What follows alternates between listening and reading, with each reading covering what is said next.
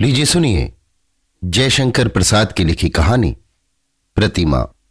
वाचन समीर गोस्वामी का है। जब अनेक प्रार्थना करने पर भी, यहां तक कि अपनी समस्त उपासना और भक्ति का प्रतिदान मांगने पर भी कुंज बिहारी की प्रतिमा न पिघली, कोमल प्राणों पर दया न आई, आंसुओं के अर्ध देने पर भी न पसीजी और कुंजनाथ किसी प्रकार देवता को प्रसन्न न कर सके। भयानक शिकारी ने सरला के प्राण ले ही लिए, किंतु पाषाणी प्रतिमा अचल रही। तब भी उसका राग भोग उसी प्रकार चलता रहा। शंख, घंटा और दीपमाला का आयोजन यथा नियम होता रहा। केवल कुंजनाथ तब से मंदिर की फुलवारी में पत्थर पर बैठकर हाथ जोड़कर चला आता। कुंज बिहारी के समक्ष जाने का साहस नहीं होता। न जाने मूर्ति में उसे विश्वास ही कम हो गया था कि अपनी श्रद्धा की, विश्वास की दुर्बलता उसे संकुचित कर देती। आज चांदनी निखर रही थी। चंद्र के मनोहर मुख पर रीझ कर सुरबालाएं तारक कुसुम की वर्षा कर रही थी। स्निग्ध मलयानिल प्रत्येक कुसुम स्तवक को चूमकर मंदिर की अनेक मालाओं को हिला देता था। कुंज पत्थर पर बैठा हुआ सब देख रहा था। मनोहर मदमोहन मूर्ति की सेवा करने को चित्त उत्तेजित हो उठा। कुंजनाथ ने सेवा पुजारी के हाथ से ले ली। बड़ी श्रद्धा से पूजा करने लगा। चांदनी की आरती लेकर जब देव विग्रह के सामने युवक कुंजनाथ खड़ा हुआ, अकस्मात मानसिक वृत्ति पलटी और सरला का मुख स्मरण हो आया। कुंज बिहारी की प्रतिमा के मुखमंडल पर उसने अपनी दृष्टि जमाई। मैं अनंत काल तक तरंगों के आघात, वर्षा, पवन, धूप, धूल से तथा मनुष्यों के अपमान, श्लाघा से बचने के लिए गिरी गर्भ में छिपा पड़ा रहा। मूर्ति मेरी थी या मैं स्वयं मूर्ति था, ये संबंध व्यक्त नहीं था। निष्ठुर लोह अस्त्र से जब काट कर मैं अलग किया गया, तब किसी प्राणी ने अपनी समस्त सहृदयता मुझे अर्पण की। उसकी चेतावनी मेरे पाषाण में मिली। आत्मानुभव की तीव्र वेदना, ये सब मुझे मिलते रहे। मुझ में विभ्रम था, विलास था, शक्ति थी।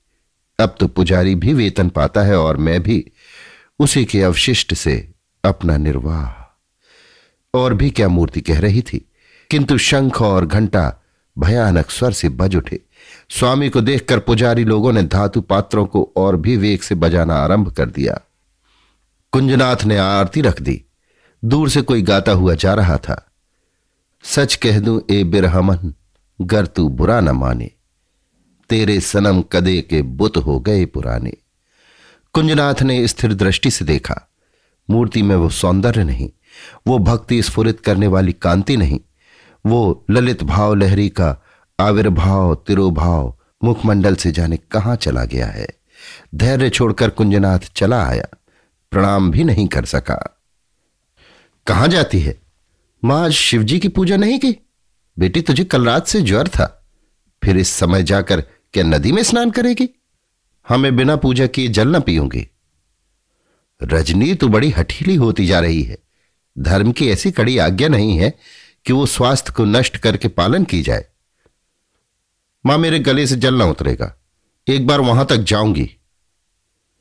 तू क्यों इतनी तपस्या कर रही है? तू क्यों पड़ी पड़ी रोया करती है? तेरे लिए। और मैं भी पूजा करती हूं तेरे लिए कि रोना छूट जाए। इतना कहकर कलसी लेकर रजनी चल पड़ी। वट वृक्ष के नीचे उसी जड़ में पत्थर का छोटा सा जीर्ण मंदिर है। उसी में शिव मूर्ति है। वट की जटा से लटकता हुआ मिट्टी का बर्तन अपने छिद्र से जल बिंदु गिराकर जाह्नवी और जटा की कल्पना को सार्थक कर रहा है। बैशाख के कोमल विल्वदल उस श्यामल मूर्ति पर लिपटे हैं। गोधूली का समय। शीतल वाहिनी सरिता में स्नान करके रजनी ने दीपक जलाकर आंचल की ओट में छिपाकर उसी मूर्ति के सामने लाकर धर दिया। भक्ति भाव से हाथ जोड़कर बैठ गई और करुणा, प्रेम तथा भक्ति से भगवान को प्रसन्न करने लगी। संध्या की मलिनता दीपक के प्रकाश में सचमुच वो पत्थर की मूर्ति मांसल हो गई। प्रतिमा में सजीवता आ गई। दीपक की लौ जब पवन से हिलती थी, तब विदित होता था कि प्रतिमा प्रसन्न होकर झूमने लगी है। एकांत में भक्त भगवान को प्रसन्न करने लगा। अंतरात्मा के मिलन से उस जड़ प्रतिमा को आदर बना डाला। रजनी ने विधवा माता की विकलता की पुष्पांजलि बनाकर देवता के चरणों में डाल दी। बेले का फूल और विल्वदल सांध पवन से हिलकर प्रतिमा से खिसक कर गिर पड़ा। रजनी ने कामना पूर्ण होने का संकेत पाया। प्रणाम करके कलसी उठाकर गांव की झोपड़ी की ओर अग्रसर हुई। मनुष्य इतना पतित कभी न होता यदि समाज उसे ना बना देता। मैं अब इस कंकाल समाज से कोई संबंध न रखूंगा। जिसके साथ स्नेह करो वही कपट रखता है, जिसे अपना समझो वही कतरनी लिए रहता है। ओह, हम विद्वेष करके इतने क्रूर बना दिए गए हैं। हमें लोगों ने बुरा बना दिया है। अपने स्वार्थ के लिए हम कदापि इतने दुष्ट नहीं हो सकते थे। हमारी शुद्ध आत्मा में किसने विष मिला दिया है, कलुषित कर दिया है? किसने कपट, चातरी, प्रवंचना सिखाई है? इसी पैशाचिक समाज ने। इसे छोड़ना होगा।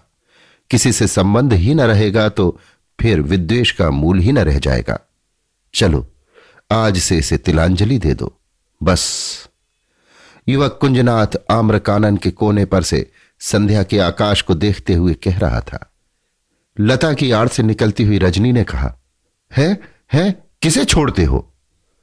कुंजनाथ ने घूम कर देखा कि उनकी स्वर्गीय स्त्री की भगनी रजनी कलसी लिए आ रही है। कुंजनाथ की भावना प्रबल हो उठी। आज बहुत दिनों पर रजनी दिखाई पड़ी है। दरिद्रा सास को कुंजनाथ बड़ी अनादर की दृष्टि से देखते थे। उनसे कभी मिलना भी अपनी प्रतिष्ठा के विरुद्ध समझते थे। जब से सरला का देहांत हुआ तब से और भी। दरिद्र कन्या से ब्याह करके उन्हें समाज में सिर नीचा करना पड़ा था। इस पाप का फल रजनी की मां को बिना दिए, बिना प्रतिशोध लिए कुंजनाथ को चैन नहीं। रजनी जब बालिका थी कई बार बहन के पास बैठकर कुंजनाथ से सरल विनोद कर चुकी थी। आज उसके मन में उस बालिका सुलभ चांचल्य का उदय हो गया। वो बोल उठी, कुंज बाबू, किसे छोड़ना चाहते हो? कुंज धनी जमींदार संतान था। उससे प्रगल्भ व्यवहार करना साधारण काम नहीं था। कोई दूसरा समय होता तो कुंजनाथ बिगड़ उठता, पर 2 दिन से उसके हृदय में बड़ी करुणा है, अतः क्रोध को अवकाश नहीं।